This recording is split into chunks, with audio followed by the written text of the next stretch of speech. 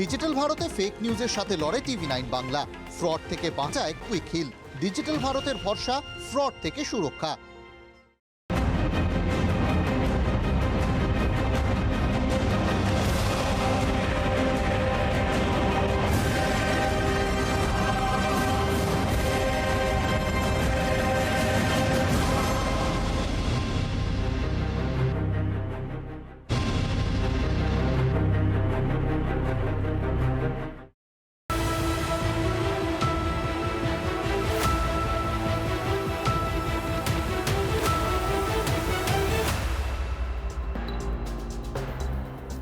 নমস্কার, দেখছি টিভি9 বাংলা। বঙ্গযুদ্ধ 2026-এর কুরুক্ষেত্র নিয়ে আপনাদের সঙ্গে আমি অনির্বাণ।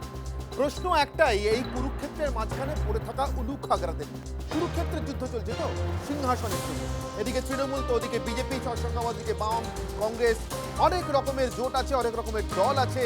নতুন নতুন অনেক দল এবার বাজারে এসছে, তারা নতুন নতুন জোট তৈরি করছে, কিন্তু কারোর মুখে এখনো পর্যন্ত আপনি বাংলার কৃষকের কথা শুনেছেন? কৃষকের আত্মহত্যার কথা শুনেছেন? হ্যাঁ, প্রধানমন্ত্রী এসে বলে গিয়েছেন, তাও বোধহয় 3 দশক হয়ে গেল। তারপরেও তার দলের একটি কর্মসূচি, একজন নেতার মুখ থেকে অন্তত একটা আহা উহু। শাসক দল তাদের কথা ছেড়েই দিই, তারা একদম হাত গুনে বলতে পারেন কোথাও কেউ একজন বাড়িতে এসআইআর এর নোটিশ এসেছিল, অথবা অ্যাডজুডিকেশনের তালিকাতে নাম গিয়েছে, অথবা তাকে কিছু প্রমাণ নিয়ে যেতে বলা হয়েছে নতুন করে। তারপরে যদি তার অস্বাভাবিক মৃত্যু ঘটে, নিশ্চিতভাবে এসআইআর এ মারা গেছে। ডাক্তাররা বোধহয় 150 লিখেও জানান তার এসআইআর এর কারণে হার্ট অ্যাটাক। একদম নিশ্চিতভাবে তারা জানেন 150 জন অন্তত বাংলায় এসআইআর এর জন্য মারা গেছে, কিন্তু তারা এখনো পর্যন্ত এটা জেনে উঠতে পারেননি, বুঝে উঠতে পারেননি যে 3 জন কৃষক এ বাংলায় আত্মহত্যা করেছেন শুধুমাত্র দেনার দায়ে আলু চাষ করে সর্বস্ব ডুবে গিয়ে, এবং তাদের বাড়িতে এখনো পর্যন্ত ক্ষতিপূরণের জন্য 1 টাকা নিয়ে এ বাংলায় কোনো তৃণমূল নেতা পৌঁছননি। তৃণমূল নেতাদের মঞ্চ থেকে, স্বয়ং মুখ্যমন্ত্রী অথবা অভিষেক বন্দ্যোপাধ্যায় কারোর মঞ্চ থেকে আলু চাষিদের সম্পর্কে একটি শব্দ উচ্চারিত হয়নি। অ্যাজ ইফ, মানে মনে হয় যেন বাংলায় আলু চাষটা হয়ই না, আলু চাষি তো অনেক দূরের কথা। 1 টাকা কথাটা কেন বললাম? ক্ষতিপূরণ আবার 1 টাকার হয় নাকি? এই 1 টাকা বলার পেছনে আসলে একটা কারণ আছে, সেটা জানতে পারবেন বা বুঝতে পারবেন এই প্রতিবেদনটা দেখলে।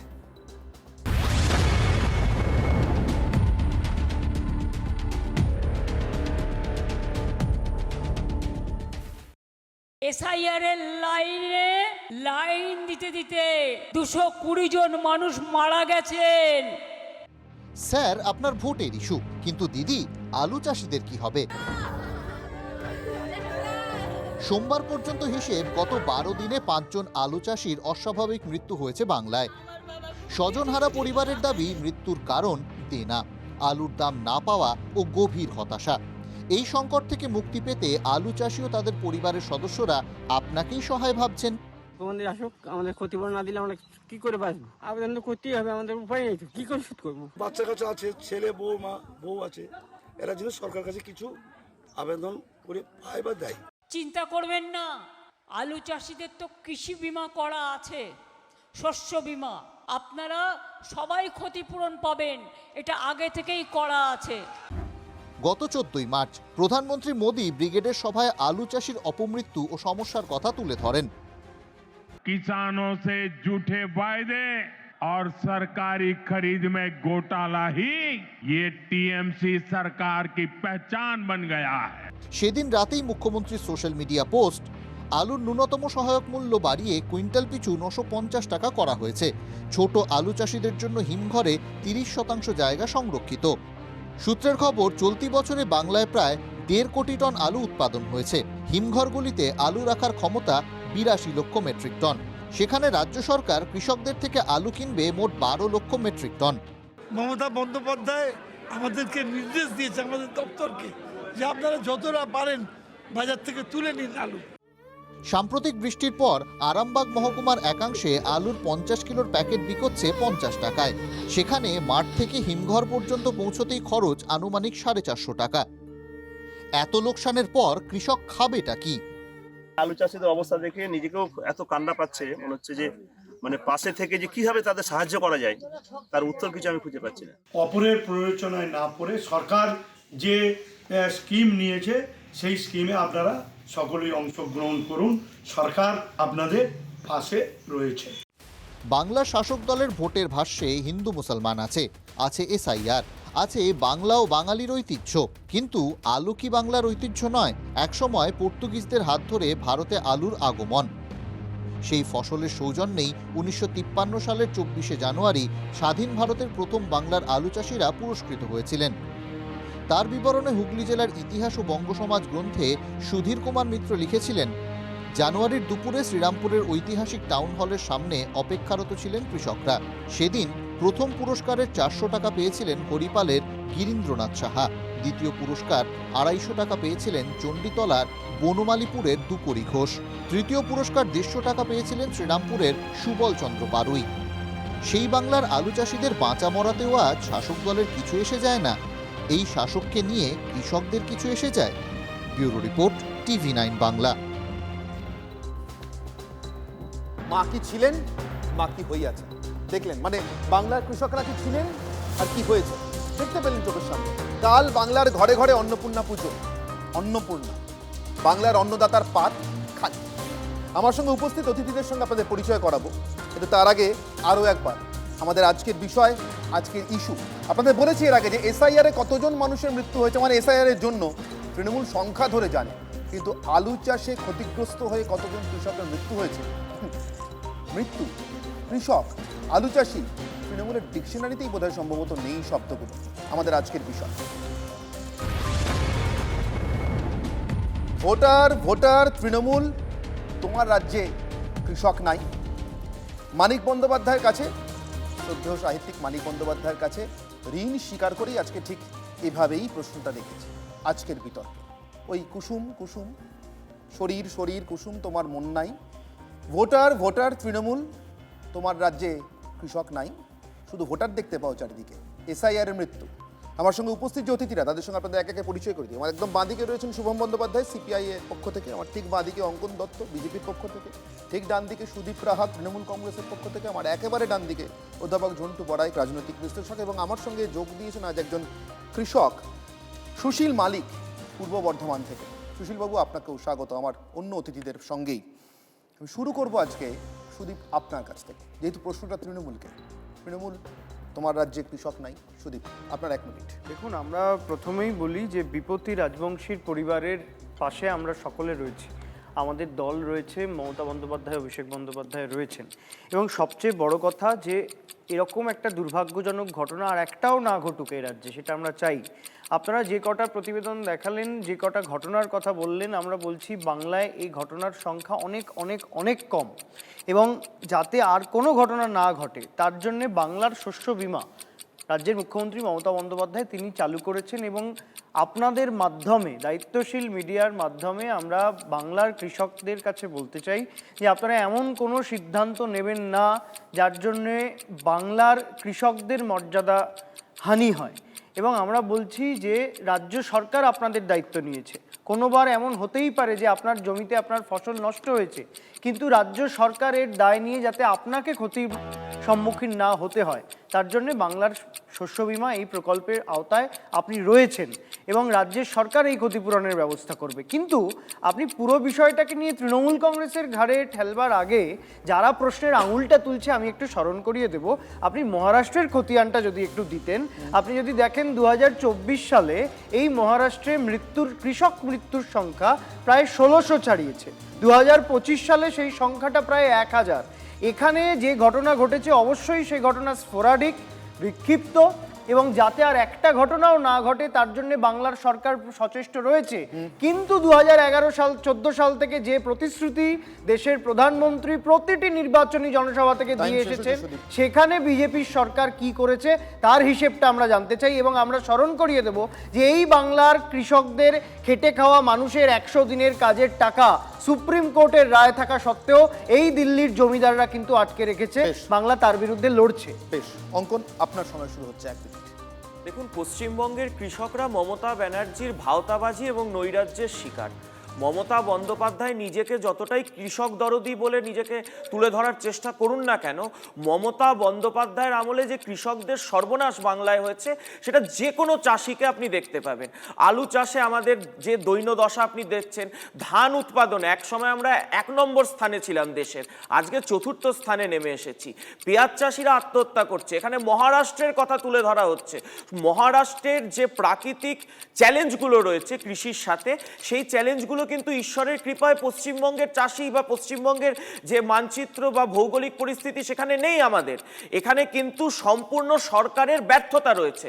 আমি যদি বলছি, এখানে দেখুন বাঁকুড়া হুগলি জেলা মিলিয়ে সেচ কাজের জন্য নরেন্দ্র মোদীর সরকার 18 সালে 1400 কোটি টাকা দিয়েছিল।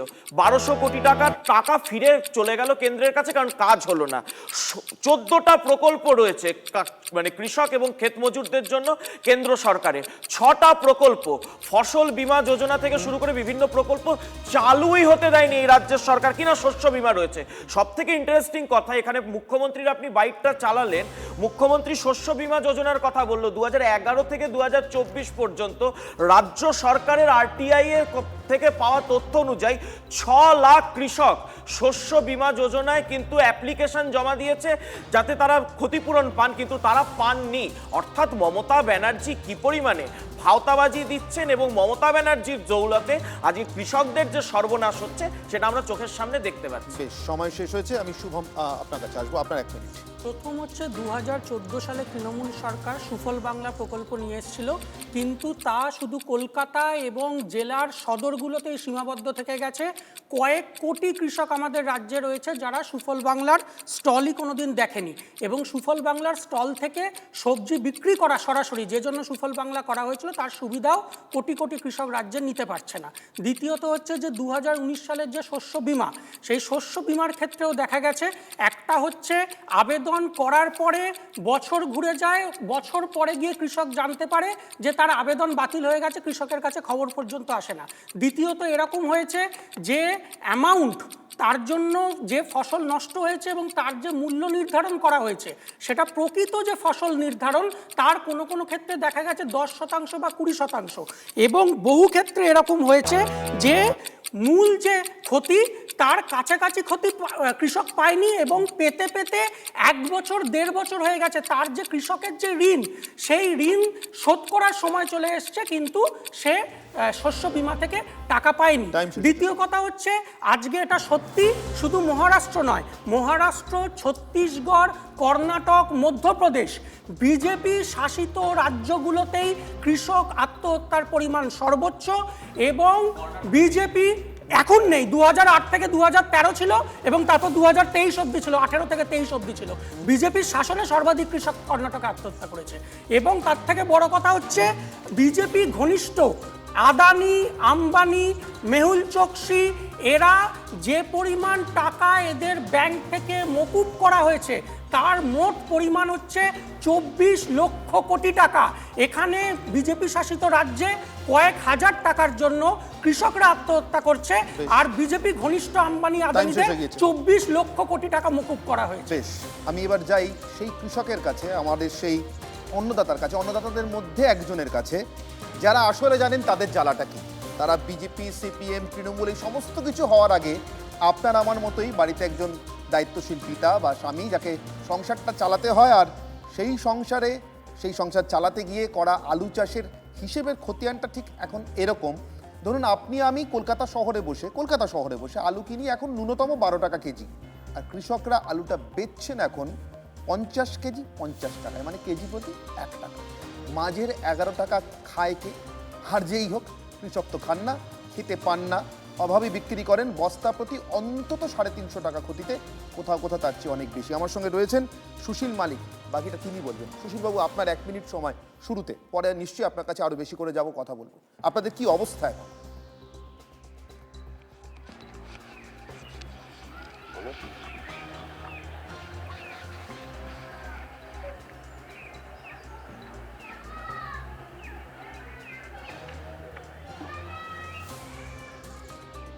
সুশীলবাবু শুনতে পাচ্ছেন?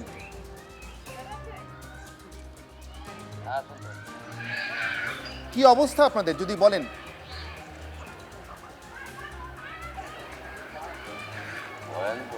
আমাদের আলু চাষ করা হয়েছে। আলু আমার 3 বিঘা আলু ছিল। 3 বিঘা আলু মাঠে তোলার পর একটা আলুও বিক্রি হয়নি, মাঠে কোনো ফোরে বা ব্যবসাদার নামেনি। আলুর ফলন হয়েছে কিন্তু আলু কেনার লোক নেই। সেই আলু আমাকে সমস্ত স্টোরে লোড করতে হয়েছে। কেন সরকারের কাছে বিক্রি করতে পারেননি? ওই আলু স্টোরে লোড করতে গিয়ে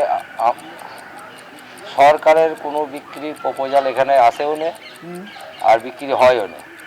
কাগজ কলমে দেখছি আলু নেবেন সরকার 950 টাকা কুইন্টাল, কিন্তু আমাদের এখানে সমবায় বা কোনো মারফতই আমাদের এখানে খবর আসে না আলু নেওয়া। বাহ, বেশ। স্টোর অবধি নিয়ে গেলেন যে তার কত খরচা পড়লো? তার খরচা আপনার বস্তা 22 টাকা ছিল, ভরে ওজন করে স্টোরে নিয়ে যেতে মোটামুটি 60 টাকার মতো খরচা আছে, বস্তা ফস্তা সব নিয়ে। তো আলটিমেটলি স্টোরে সব আলুটা রাখতে পারলেন যতটা চাষ করেছিলেন? যে মহাজনের কাছে ধার নিয়েছিলাম, যে চাষ করেছিলাম, সেই মহাজনের কাছে টাকা নিয়ে বস্তা নিয়ে এখন ভরতে হয়েছে, নাহলে মাঠেতে আলুটাই রোদে পচে যাবে। আবার একবার ঋণগ্রস্ত হলাম। অসাধারণ। যে মহাজনের কাছ থেকে ধার নিয়ে আলুটা চাষ করেছিলেন, সেই মহাজনের কাছ থেকে ধার নিয়েই আবার বস্তা কেনার টাকা জুগিয়েছেন ওই আলুটা যা কোথাও বিক্রি করতে পারেননি কোল্ড স্টোরেজ পর্যন্ত নিয়ে যাওয়ার জন্য। অধ্যাপক ঝন্টু বড়াই, রাজনৈতিক বিশ্লেষক তো আপনি বটেই, কিন্তু তারও আগে আপনার আমার প্রত্যেকের মুখে প্রত্যেক দিন দুবেলা দুমুঠো খাবার যারা তুলে দেন, তাদের এই হালটা দেখে আপনার কেমন লাগছে নির্বাচনী মরশুমে? এরা কিন্তু সব হিসেবের বাইরে। অনির্বাণ, আমি নিজে কৃষকের ঘরের ছেলে। 2008 সালে এ রাজ্যে কৃষক দরদি তথাকথিত বাম সরকারের সময় এই রকম আলু চাষিদের মৃত্যু নিয়ে আমি নিজে ওই সময় যেটুকু আমার ক্ষমতা বিভিন্ন পত্রপত্রিকা লেখালেখি করেছিলাম। সেই সূত্রে বলছি, এই আলু চাষিদের মৃত্যুর এই ধারাবাহিকতাটা এনসিআরবির রিপোর্ট, আমি কোনো মৌখিক কিছু বলছি না, যে এনসিআরবির রিপোর্ট 2001-এ যেখানে 1246 জন আলু চাষি এই রাজ্যে মারা গিয়েছিল বাম সরকারের সময়, 2011-তে এসে 866 জন তখন মারা গেছে নতুন সরকারের সময়। অর্থাৎ মমতা ব্যানার্জি যে আলু চাষি বা কৃষক আত্মহত্যা নিয়ে তিনি বারবার বলতেন যে আমি ক্ষমতায় এসে এই চাষিদের আত্মহত্যা দাম না পাওয়ার জন্য তার একটা মেজার্স নেব, কোল্ড স্টোরেজ বাড়াবো, অভাবী বিক্রি যাতে না করতে হয় তার ব্যবস্থা নেব, কোঅপারেটিভ সোসাইটির মাধ্যমে এই ফসলগুলোকে কিনবো। এমনকি অনির্বাণ একটা বড় সলিউশনের কথা তৎকালীন মমতা ব্যানার্জি এবং তার সাথে যুক্ত এই অর্থনীতিবিদরা বলতেন যে ফুড প্রসেসিং ইন্ডাস্ট্রিকে, যে ইন্ডাস্ট্রিতে কৃষি জমিও বাঁচবে, কৃষকের ফসল কম দামে বিক্রি করতে হবে না, এবং অন্যান্য যখন ফসলটা থাকবে না সেই অফ সিজনে সাধারণ মানুষ এই প্রসেসিং ওই ফুডটা, যেটা আলু চিপস আকারে থাকবে বা অন্য আকারে থাকবে, বা ধরো টমেটো বা শশা, উত্তরবঙ্গে এই মুহূর্তে শশা 20 টাকা 10 টাকা 15 টাকা করে, এগুলো করবেন। কিন্তু আমরা কি দেখলাম, ফোড়েদের দাপট বেড়েছে। তুমি বাজারে গেলে থলে নিয়ে 12 টাকা 13 টাকা নিচে আলু পাবে না, অথচ কৃষক বিক্রি করছে 1 টাকা। তাহলে মাঝখানে যে ফোড়েরা খাচ্ছে তার জন্য সরকারের তথাকথিত টাস্কফোর্স কোথায়? কোথায় সেই টাস্কফোর্সটা? মমতা ব্যানার্জি টাস্কফোর্সের মাথায় বসে আছে, তার মিনিস্ট্রি কি কাজ করে? শুধু ভোটের আগে 2-4টা সাধারণ ব্যবসায়ীকে ধরে বড় বড় মালিকানার থেকে মোটা অঙ্কের টাকা নিয়ে তাদের ছেড়ে দেওয়া হয়। একটা তাদের বিরুদ্ধে এসেনশিয়াল কমিউনিটি অ্যাক্টে মামলা হয়েছে, দেখাও তুমি 15 বছরে। অধ্যাপক ঝন্টু বড়াই, আপনার সময় শেষ হয়েছে। আমি আপনাদেরকে আজকের মুখ্যমন্ত্রীর বক্তব্যটা আর একবার শোনাই। এসআইআর এর মৃত্যুর কথা তো জানি আমরা, মোটামুটি মুখ্যমন্ত্রীর কাছে একটা হিসেবও আছে, সেই হিসেবটা আপনাদেরকে দেখাবো, শোনাবো। কিন্তু তার আগে আজকে উত্তরবঙ্গের সভাতে গিয়ে মমতা বন্দ্যোপাধ্যায় কিভাবে চাষিদেরকে, কৃষকদেরকে কিভাবে আশ্বস্ত করেছেন, করার চেষ্টা করেছেন। আগে শুনুন কি বলেছেন মুখ্যমন্ত্রী। বিভিন্ন জায়গায় প্রতিদিন বৃষ্টি হচ্ছে, অনেক আলু চাষিদের ক্ষতি হয়েছে। চিন্তা করবেন না, আলু চাষিদের তো কৃষি বিমা করা আছে, শস্য বিমা। আপনারা সবাই ক্ষতিপূরণ পাবেন, এটা আগে থেকেই করা আছে। যেমন কৃষকদের জন্য আমাদের সরকার শস্য বিমা করে রেখেছে অনেক দিন আগেই, আর টাকাটা কৃষকদের দিতে হয় না, আলু চাষিদের দিতে হয় না, টাকাটা দেয় রাজ্য সরকার। তার কারণ আমরা মনে করি আপনারা আমাদের সম্পদ। এসব শোনার পরে নিজেদেরকে কেমন একটা ভিলেন লাগে জানেন, মনে হয় যে সত্যি সরকার এত ভাবেন, এত করেন কৃষকদের জন্য। স্বপনবাবুদের মতো মানুষকেও মনে হয় যে, সরি সুশীলবাবুদের মতো মানুষকেও মনে হয় যে ওরা, আর যাই হোক সুশীল নিশ্চয়ই নয়, নাহলে এত ভাবনা চিন্তা করাটা সরকারের সম্পর্কে এরকম বদনাম করে বেড়াবেন কেন? আর নিজেকে তো বললাম ভিলেন মনে হয়, মিথ্যে বলছি এত দরদি একটা সরকারের নামে। আমরা ওই সত্য মিথ্যের মানে ওই ভিত্তিতে মাপার জন্য আর কি, কোনটা সত্য কোনটা মিথ্যে, কতটা সত্য কতটা মিথ্যে, বেশি দূর যায়নি। বিশ্বাস করুন আমাদের ক্ষমতা কম, কর্ণাটক মহারাষ্ট্র কোথাও যেতে পারিনি, এমনকি অন্য জেলাতেও যেতে পারি। ঠিক যে সভামঞ্চে মমতা বন্দ্যোপাধ্যায় সভা করেছেন সেই সভামঞ্চের পাশেই, একদম সভামঞ্চের পাশে দেখতে পাচ্ছেন লাগোয়া, কয়েকদিন আগে এখানে তৃণমূলের এক প্রতিনিধি এসে রাষ্ট্রপতি বিতর্কের প্রসঙ্গে বলেছিলেন যে মঞ্চ থেকে কত দূর, আশপাশে কতটা জায়গা ছিল, দেখাননি তো, আপনাদের ক্যামেরাতে ছবি ওঠেনি তো, আজকে একদম গুছিয়ে ছবি তুলে নিয়ে এসেছি। ওই মঞ্চের ঠিক পাশে দেখুন দেখা যাচ্ছে, মঞ্চটা কত দূরে সেটাও দেখা যাচ্ছে। এই মঞ্চ থেকে প্যান করেই গোটা ছবিটা তোলা হয়েছে, ঠিক কতটা দূরে এই ক্ষেতগুলো। আর সেই ক্ষেতে কৃষকরা, তারা শস্য বিমার কত টাকা পেয়েছেন, কেমন টাকা পেয়েছেন, কতটা আশ্বস্ত হয়েছেন, দেখতে পাচ্ছেন আলু সব বস্তা ভরে ভরে রাখা আছে খেতে, তাদের কথা শুনুন। কিসের মঞ্চ এটা? ওই যে মমতার মঞ্চ, এটা মমতা আসছিল, গেছিলেন আপনি? না গেছি, দেখে আসলাম। এই যে মুখ্যমন্ত্রী তো সভা করলেন। মুখ্যমন্ত্রী তো এখন ভোট নিয়েই ব্যস্ত। ও কি জানে কৃষকের পরিস্থিতিটা কি? ও বলছে যে সরকারে 950 টাকা করে আলু নিবে। কোথায় আলু দিছে? কেউ দিছে আলু? কেউ নিচে নেয় নাই, কৃষকের খোঁজ কেউ নেয় না। ভোটার পরিস্থিতি ওদের পরিস্থিতি আলাদা, ওদের কথাবার্তা প্লেন আলাদা, আর আমরা কৃষক হয়ে এখানে কথা বলতে পারবো নাকি? তো কি করবেন এখন আপনারা, এই যে এত ক্ষতি আলুর? এখন কি করবো, যে কদিন জীবন যাপন আছে করতেছি। তোর বেতন নাই যে মাস গেলে 10,000 করে টাকা ঢুকছে, 10,000 নষ্ট হয়ে গেছে, পরের বার 10,000 দিয়ে কাজ করলাম, এরকম নাই। আজকে যেটুকু ঋণ নিয়ে গেছে, কেউ বউয়ের সোনা থেকে শুরু করে গয়নার থেকে শুরু করে এমনকি এমন জিনিসও আছে বন্ধক দিয়ে করতেছে। তো বললেন যে সবাইকে ক্ষতিপূরণ দেওয়া হবে যাদের আলু নষ্ট হয়েছে। এখন কি করে? তো ক্ষতিপূরণ যে দিবেন বলেছেন, কোনো কি তালিকা করেছে কৃষি দপ্তর বা কেউ? এখনো না, কেউ কিচ্ছু করেনি। সুদীপ রাহা আমার সঙ্গে রয়েছে। সুদীপ, ক্ষতিপূরণটা কারা পায়? আপনাদের এই এরা তো পান না বোঝা যায়। ব্যয়স্তুতি এতক্ষণ ধরে শুনলাম, তার আগে একটু তথ্যগুলো তো জানাতে হবে মানুষকে। জানান, বাংলার মিডিয়া হিসেবে সবার আগে তো এটা বলা উচিত যে কৃষক বন্ধু বলে কোনো প্রকল্প ছিল না, মমতা বন্দ্যোপাধ্যায়ের সরকারে আসার পরে হয়েছে। আমার ফসল আমার গোলা, আমার ফসল আমার গোলা, যাতে স্টোর করতে পারে যে ফসলটা বেঁচে যাচ্ছে সেটা হয়েছে। বাংলার শস্য বীমা, যেখানে টাকাটা কৃষককে দিতে হয় না, সরকার নিজে সেই টাকা দেয়, সেটা হয়েছে। সরকার ভেবেছেন।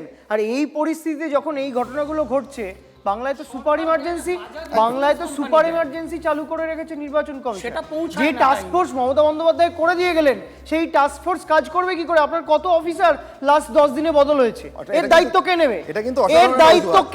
এটা না, অবশ্যই আজকে যে পরিস্থিতি তৈরি হয়েছে, সেই পরিস্থিতিতে আমাদের মাথায় রাখা উচিত বাংলার সরকারকে ইগনোর করে, বাংলার সরকারকে অন্ধকারে রেখে যেভাবে অফিসারদের বদল করা হয়েছে, আজকে যদি কোনো বিক্ষিপ্ত ঘটনা ঘটে তার দায় নির্বাচন কমিশনকে নিতে হবে। আমাকে একটা ব্রেকে যেতে হবে, আমাদের জন্য কোনো সরকারেরই কোনো প্রকল্প নেই, ফলে আমাকে ব্রেকটা নিতেই হবে নিজেদের খাওয়া পড়ার জন্য।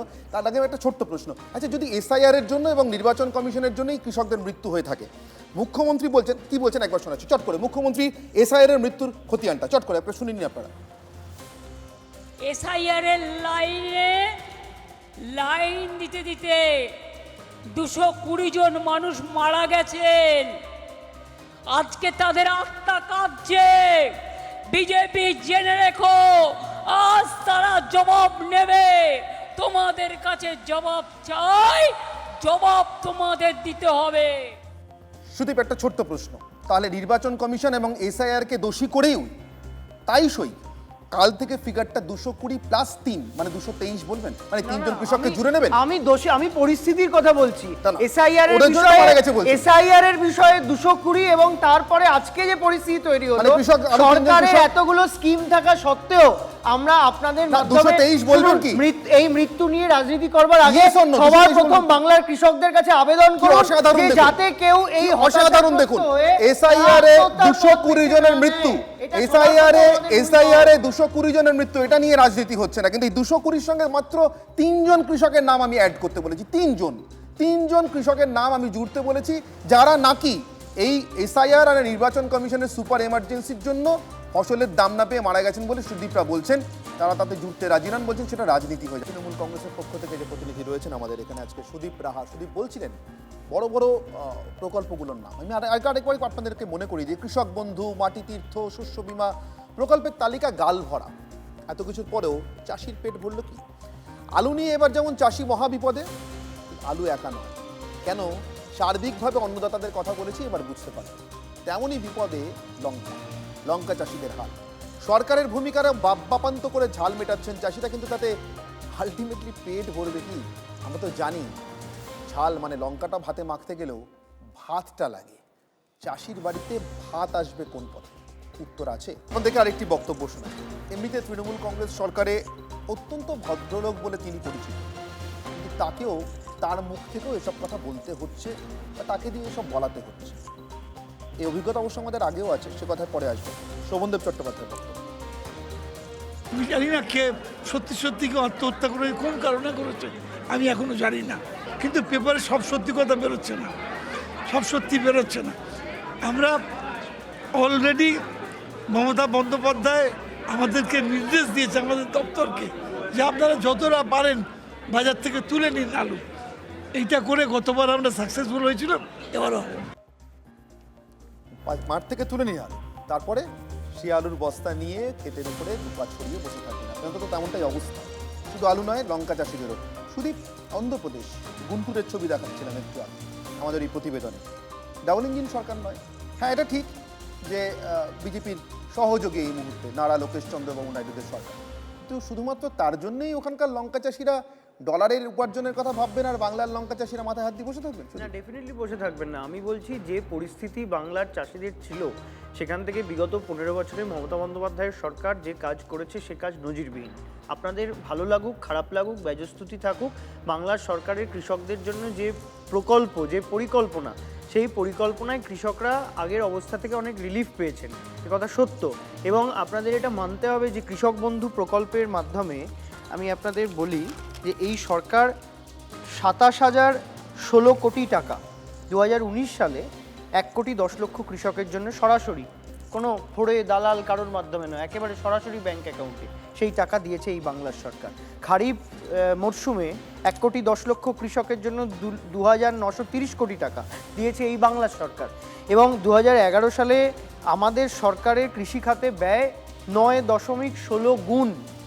এবং যেখানে কেন্দ্রীয় সরকারের লাগাতার বঞ্চনা, কেন্দ্রীয় সরকারের বাংলার প্রাপ্য টাকা আটকে থাকা থেকে শুরু করে কেন্দ্রের সরকার শুধু নির্বাচনের সময় এসে প্রতিশ্রুতি দিয়ে গেছে, এবং ভুয়ো প্রতিশ্রুতি, মিথ্যে প্রতিশ্রুতি বাংলা সরকার করে দেখিয়েছে। অঙ্কন প্রধানমন্ত্রী এসে বলে গিয়েছেন 2-3 দিন আগে, তখনকার থেকে 2-3 দিন আগে চন্দ্রকোনায় এক আলু চাষি আত্মহত্যা কথা, তারপর এতগুলো দিন কেটে গেল, আপনাদের নেতাদের প্রচারেও কই এদের কথাই আসছে না? তো আপনারাও কাউন্ট করেন না বোধহয় না কৃষকদের? না, আপনি প্রচার দেখেননি এই বছর, অর্থাৎ 2025 সালের যখন আমরা দেখতে পেলাম যে আমন ধান চাষিরা প্রায় 6 জন আত্মহত্যা করলো হুগলি জেলায়, সেই সময় কিন্তু আমাদের যিনি পুরসুরার বিধায়ক রয়েছেন বিমান ঘোষের নেতৃত্বে আমরা ওখানে বিক্ষোভ দেখিয়েছিলাম বলে 18 জন বিজেপির কর্মী কৃষকদের স্বার্থে রাস্তায় বিক্ষোভ দেখিয়েছে বলে তারা 12 দিন জেল খেটেছিল। এটাই হয়, কৃষকের জন্য আওয়াজ তুললে এই পশ্চিমবঙ্গের পুলিশ প্রশাসন জেল খাটায়। এই বছর ডিসেম্বর মাসের ঘটনা। আমি বলছি যে এখন বলা হচ্ছে এখন আত্মহত্যা, নির্বাচন কমিশন দায়ী, কাজ করতে দিচ্ছে না, ইত্যাদি ইত্যাদি। আপনার মনে থাকবে অনির্বাণ দা, 2021 সালে মেদিনীপুর জেলা, পশ্চিম মেদিনীপুর জেলা, শুধু কৃষকের আত্মহত্যার সংখ্যা ছিল 122। শুধুমাত্র বর্ধমান জেলায় কৃষক আত্মহত্যার সংখ্যা ছিল 86। কৃষিমন্ত্রী তৎকালীন এই যে যিনি শোভনদেব বাবু ছিলেন, তিনি বলেছিলেন টাস্কফোর্স গঠনের কোনো প্রয়োজন নেই, কোনো সমস্যা এতটাও কোনো বৃহৎ নয়, মানে 122 জন একটা জেলায়, আরেকটি জেলায় 86 জন মারা গেলেও উনি বলেছিলেন এত বৃহৎ কোনো সমস্যা নয়, যার জন্য আমাদের টাস্কফোর্স গঠন করতে হবে। এবং সবচেয়ে বড় কথা, এই যে আপনি হরিপাল এবং সিঙ্গুরের বেচারাম মান্নার কথা দেখালেন, হরিপালে 8 জন কৃষক গত বছর আত্মহত্যা করেছিল। তাদের ওখানে মধ্যস্বত্বভোগীদের যে রাত চলছে, তাদের সিন্ডিকেটটা চালাচ্ছেন এই তৃণমূলের বেচারাম মান্নারা, কিন্তু কেউ কিছু দেখছেন। আর এখানে একটা 10 সেকেন্ড, এই যে এখানে সিপিএম এর প্রতিনিধি বললেন আদানির হাতে বেচে দিচ্ছে, এর হাতে বেচে দিচ্ছে কৃষকের জমি। আমি বলতে চাই যে 2007 সালে যখন 1012 জন, ঝন্টুবাবু কারেক্ট করে দেবেন, 1012 জন এই রাজ্যের কৃষক আত্মহত্যা করেছিল, বুদ্ধবাবুর সরকার কৃষি জমি কোন আদানির হাতে বেচে দিচ্ছিল? তখন বড় বড় ডায়লগ দেওয়া সহজ। শুভমের কাছে আসবো। শুভম, আপনাকে আমি একটা খবরের কাগজের কাটিং আপনার জন্য রাখছি আমাদের টিভি স্ক্রিনে।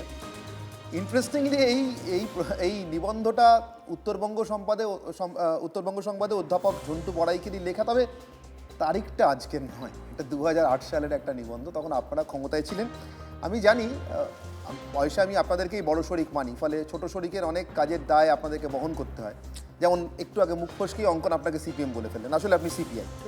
এই দায়টাও তো আপনাদেরকে বহন করতে হয়েছে। কেমন লেগেছে বামফ্রন্ট সরকার হয়ে ক্ষমতায় থেকে কৃষক আত্মহত্যাকে পরকীয়া, অমুক তমুক এই সমস্ত বলে, জমির বিবাদ, প্রতিবেশীদের সঙ্গে গন্ডগোল এসব বলে চালাতে কেমন লাগছে? দেখুন, প্রথম কথা হচ্ছে 77 সাল থেকে 95 সাল অবধি নথিভুক্ত কোনো কৃষক আত্মহত্যার ঘটনা নেই, প্রথম 18 বছরে, প্রথম কথা। দ্বিতীয় কথা হচ্ছে অপারেশন বর্গা, জমি বন্টন বাদ দিলাম, তার বাইরেও মিনিমাম সাপোর্ট প্রাইস প্রথম বামফ্রন্ট দিয়েছিল, যেটা আজকে বিজেপি সরকার আলু চাষিদের ক্ষেত্রে এমএসপি দেয় না। দ্বিতীয় না, দেয় না। পড়ে নাও, বিহারে দেয় না, আলু চাষিদের বিজেপি দেয়। কে বলেছে? তাহলে তুমি জানো না? বিহারে কত দেয়? 1200 টাকা দেওয়া হচ্ছে। আরে বিহারে তো বিজেপি 18 বছরের পর কি হলো শুভম? 18 বছরের পর কি হলো?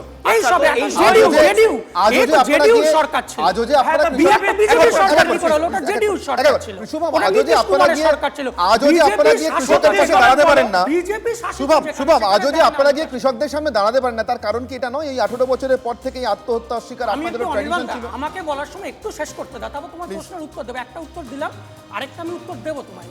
তৃতীয়ত হচ্ছে কোল্ড স্টোরেজ যে ব্যবস্থা, যে হিমঘরের কথা তোমরা বলছো, সংক্ষেপে সেই হিমঘর বা কোল্ড স্টোরেজ ব্যবস্থা বামফ্রন্ট তৈরি করেছিল। আজকে তৃণমূলের আমলে সেই কোল্ড স্টোরেজের যে বন্ড, সেটা পুরোটা ফোরে এবং মহাজনদের হাতে চলে গেছে। আমরা কি বলছি? আমরা বলছি মিনিমাম সাপোর্ট প্রাইস সমস্ত কৃষকদের ফোরে মহাজনদের হাতে যাওয়া নিয়েই আমার একটা কথা আছে। অধ্যাপক ঝন্টু বড়াই, আমরা বলছি কোল্ড স্টোরেজের অ্যাক্সেস কৃষকদের হাতে দিতে হবে। অধ্যাপক ঝন্টু বড়াই এবং এই যে একদম প্রক্রিয়াজাত যে খাদ্য, সেটা চিপস হতে পারে, সেগুলো জেলায় জেলায় তৈরি করতে। বুঝলাম অধ্যাপক ঝন্টু বড়াই, এই মিনিমাম সাপোর্ট প্রাইসটা দিতে হবে, আলুর প্রক্রিয়াকরণ ইত্যাদি ইত্যাদি অনেক কিছু শুনেছি, কিন্তু এটাও শুনেছি যখন আগের কৃষি বিলটা এসেছিল দাদন দিয়ে চাষ করানো হবে। আমার মনে হয় কৃষকরা বোধহয় এর থেকে দাদন দিয়ে চাষ করালে ভালো থাকতো। সত্যি হতো কিনা সেটা জানি না। আমি বলছি রবীন্দ্রনাথ ঠাকুর আলু চাষ করে ঠকেছিলেন, তারপরে আর সারা জীবন উনি আলু চাষে যাননি। এমনকি এই মেমারির বিশকোপা গ্রামের রবীন্দ্রনাথ ঘোষ বামফ্রন্টের সময় আলু চাষ করে আত্মহত্যা করার জন্য তিনি চরিত্রহীন ছিলেন, এই বামেরাই বলেছিল। তারপরে এই মমতা ব্যানার্জি এই চাষিদের উদ্দেশ্যে বলেছিলেন যে আপনারা কিন্তু একটা করে ক্যারেক্টার সার্টিফিকেট তুলে রাখবেন, কারণ মৃত্যুর পরে তো বামেরা বলবে আপনারা চরিত্রহীন ছিলেন। তৃতীয়, শিবাজি মতিম চৌধুরীর নাম মনে আছে? মমতা ব্যানার্জি স্টেজের সামনে দাঁড়িয়ে বলেছিল চাষের সারের দাম কমান ম্যাডাম, মাওবাদী বলে তাকে জেলে ঢোকানো হয়েছিল। সময় শেষ, আমাকে শেষ করতে হবে। আমি আপনাদের কাছে প্রশ্ন রেখেছিলাম, ভোট বাক্সে কৃষক মৃত্যুর দাম চোকাবে তৃণমূল? তার কারণ এটা ভোটের মরশুম, অন্তত এই মরশুমে কৃষকের চোখের জল, মৃত্যু এসবের একটু দাম সামান্য বাড়ে বই কি, কিন্তু সে দাম কি চোকাতে হবে তৃণমূলকে? হ্যাঁ বলছেন 83% মানুষ, না বলছেন 17% মানুষ। আমি শেষ করব একজনের কথা বলে। মহারাষ্ট্র, অন্ধ্রপ্রদেশ, কর্ণাটক অনেক কথা এসছে। এই ভারতের এক কৃষি সাংবাদিক ছিলেন, তিনি নিজেকে এভাবেই পরিচয় দিতেন, আছেন এখনো, পি সাইনাথ, লিখেছিলেন এভরিবডি লাভস ড্রট, মানে খরা সকলে ভালোবাসে। খরা কিভাবে সকলকে জীবিকা দেয়, মানে কৃষক নয় বাকি সবাইকে। আমার মনে হয় প্রত্যেক রাজনৈতিক দলই বোধহয় কৃষকের ক্ষতি ভালোবাসে। কৃষকের ক্ষতি তাদেরকে আর কিছু হোক না হোক নির্বাচনী প্রতিশ্রুতি দেওয়ার সুযোগটা তো দেয়। তারপর ক্ষমতায় এসে নাম মানলাম না মানলাম, 500 প্রকল্প ঝুলিয়ে দিলাম, আসলে কৃষক থাকবেন সেই তিমিরেই যেখানে ক্ষমতায় আসার আগে এই দলটি ছিল, অর্থাৎ যেখানে তারা ছিলেন সেখানেই পড়ে থাকবেন, নতুন প্রতিশ্রুতির বন্যা আসবে। মুখস্থ অনেক কিছু হয়েছে, আজ অবধি রাজনীতির অন্তস্থ কোনো কৃষক হতে পারেননি। এই নির্বাচনও হবেন কিনা এ সন্দেহ রেখে আজকের বিতর্ক শেষ করলাম। কাল দেখা হচ্ছে একই সময় নতুন বিতর্ক। সঙ্গে থাকুন টিভি9।